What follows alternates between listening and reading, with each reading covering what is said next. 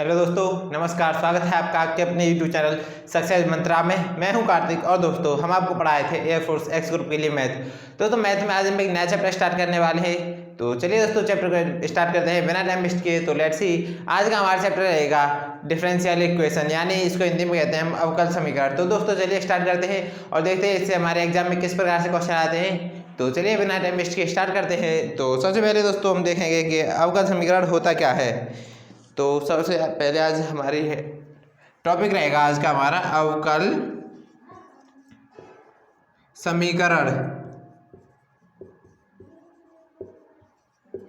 अवकल समीकरण, ठीक है। तो चलिए देखते हैं अवकल समीकरण क्या होता है। तो स्वतंत्र चर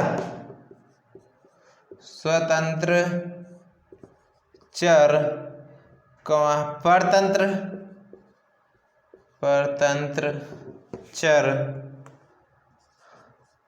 तथा परतंत्र चर के किसी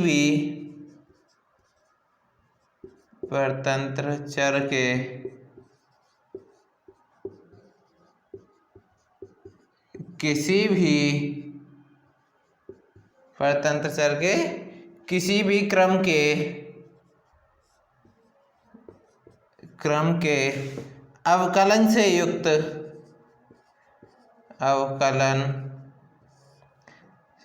चर है। अवकलन से युक्त समीकरण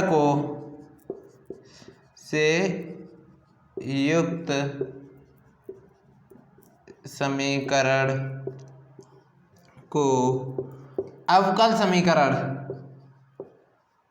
अवकल समीकरण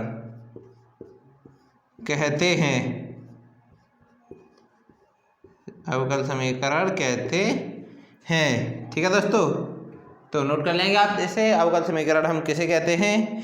तो स्वतंत्र परतंत्र चर तथा परतंत्र चर के किसी भी क्रम के अवकलन से युक्त समीकरण को परतंत्र चर कहते हैं। परतंत्र नहीं, अवकल समीकरण कहते हैं। एग्जाम्पल की मदद से तौर पे समझेंगे इसको। तो dy/dx + y - 2x = 0 एक अवकल समीकरण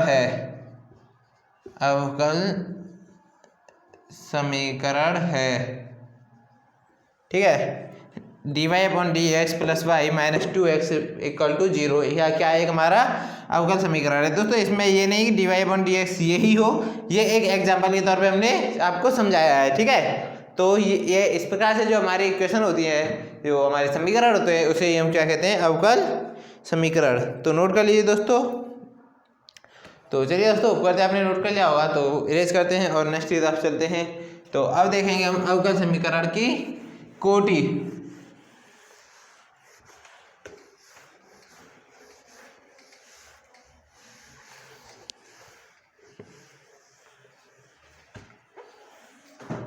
चलिए, अवकल समीकरण की कोटि।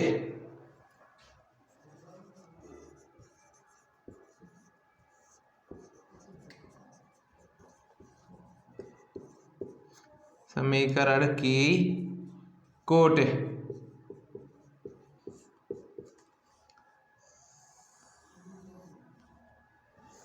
ठीक है, अवकल समीकरण की कोटि। तो चलिए देखते हैं, आगे तरफ चलते हैं।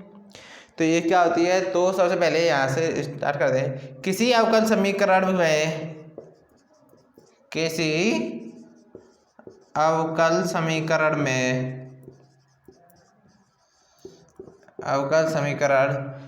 उपस्थित किसी अवकल समीकरण में उपस्थित उच्चतम क्रम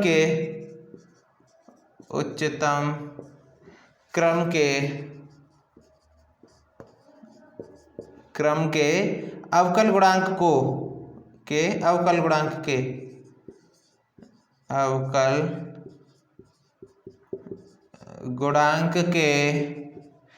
क्रम को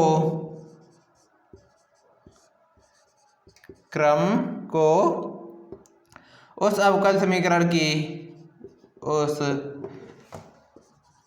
अवकल समीकरण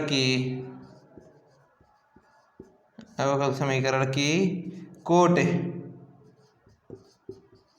इंग्लिश में क्या बोलते हैं इसको, ऑर्डर कोट कहते हैं। ठीक है गाइस, तो चलिए एग्जांपल देख लेते हैं। ये एग्जांपल के तौर पर हम समझाएंगे dy upon dx equal to x square y की कोट प्रथम है। तो आप देख सकते हो कि इसमें जो अवकल ये क्या कहते हैं डेफिनेशन, किसी अवकल समीकरण में उपस्थित उच्चतम क्रम के अवकल गुणांक के, उच्चतम क्रम का अवकल गुणांक क्या है दोस्तों, dy अपॉन dx, जिसकी y की जो हमारी पावर है वो क्या है 1, तो कोटि फर्स्ट है के क्रम को अवकल समीकरण की कोटि कहते हैं। तो ये यहाँ पे dy अपॉन dx की क्या है, अगर d2y अपॉन dx स्क्वायर होता तो यानी एक्स स्क्वायर वाई यही सेम होता तो हमारी कोटि कौन सी होती, द्वितीय। ठीक है, तो इसी प्रकार से हमारा चलता जाता है, तो आप नोट कर सकते हो दोस्तों इसको।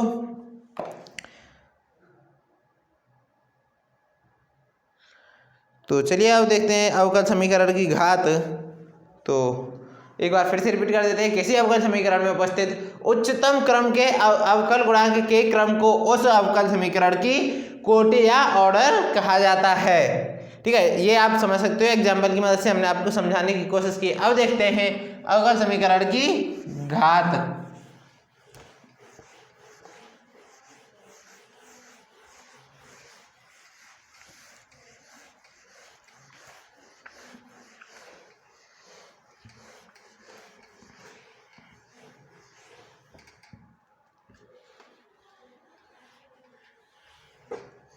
चलिए अवकल समीकरण की घात।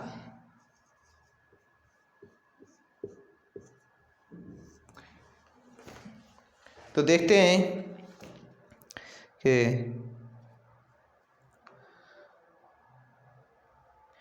किसी अवकल समीकरण में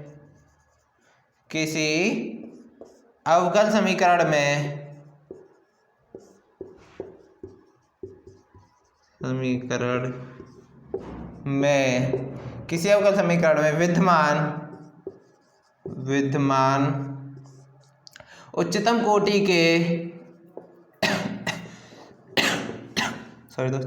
उच्चतम कोटि के अवकल गुणांक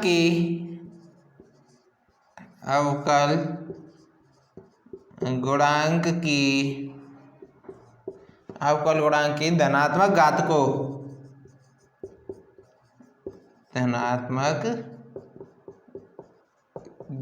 को उस अवकल समीकरण की घात कहते हैं। धनात्मक घात को उस अवकल समीकरण की घात या फिर डिग्री कहते हैं। अवकल समीकरण की घात यानी कि डिग्री कहते हैं। तो चलिए देखते हैं इसकी घात क्या होगी। तो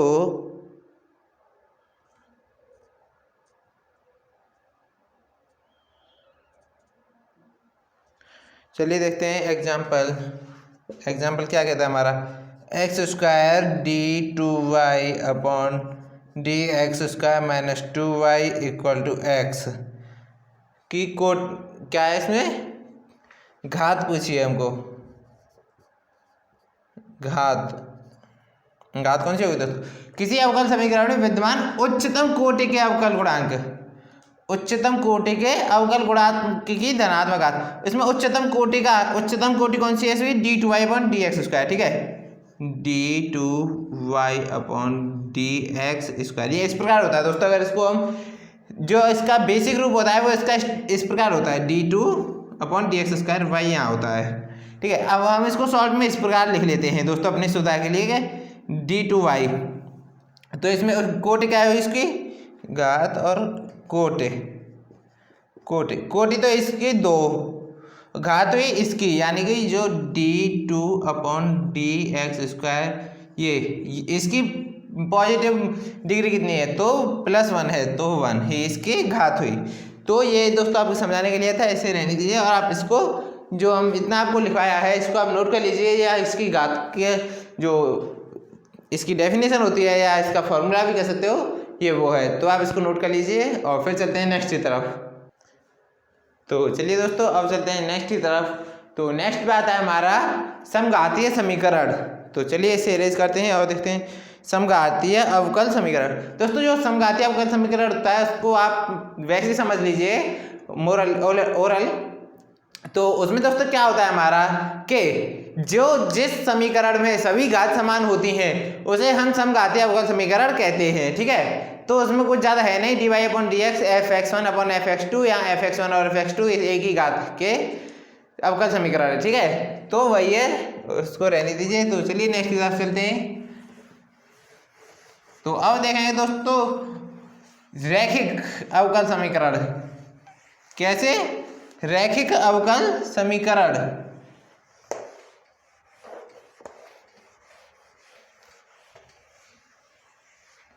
चलिए अब आता है हमारा दोस्तों रैखिक अवकल समीकरण।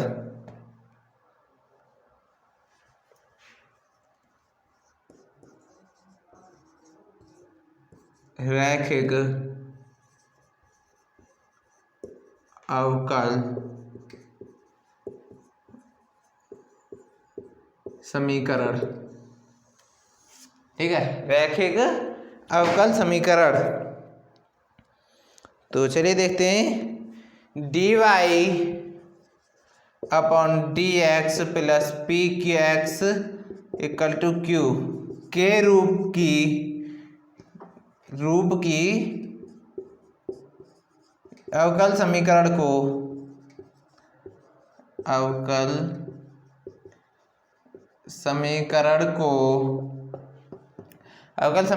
रैखिक अवकल समीकरण कहते हैं। रैखिक अवकल समीकरण कहते हैं। रैखिक अवकल समीकरण कहते हैं जहां P व Q x के फलन है। तो इसके लिए हल के लिए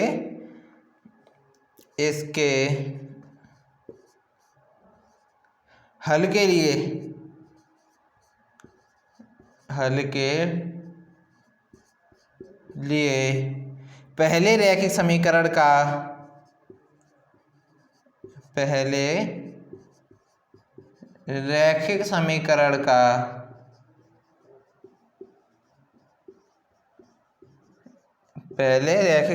का समाकल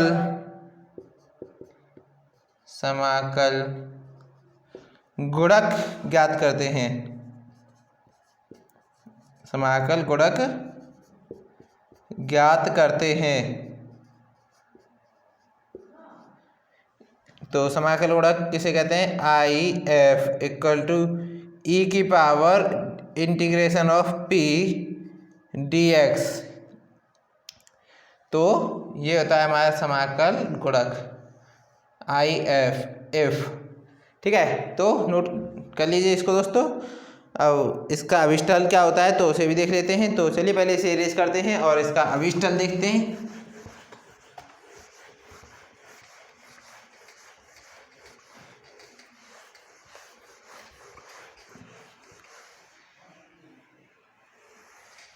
चलिए तो y ब्रैकेट में I F equal to integration of I F, ये यहाँ पे बंद हुआ q d x plus dx plus c, ठीक है। तो y e की power integration of p dx equal to integration of e की पावर p dx, ये भी इंटीग्रेशन में q dx प्लस c, ठीक है। ये हुआ दोस्तों इसका अभीष्ट हल, तो आप इसको नोट कर लीजिए।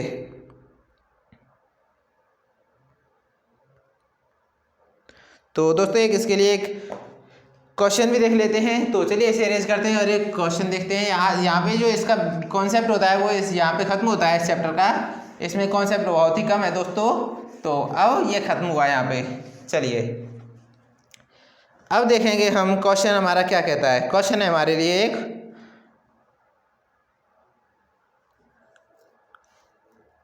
तो क्वेश्चन कुछ इस प्रकार है कि अवकल समीकरण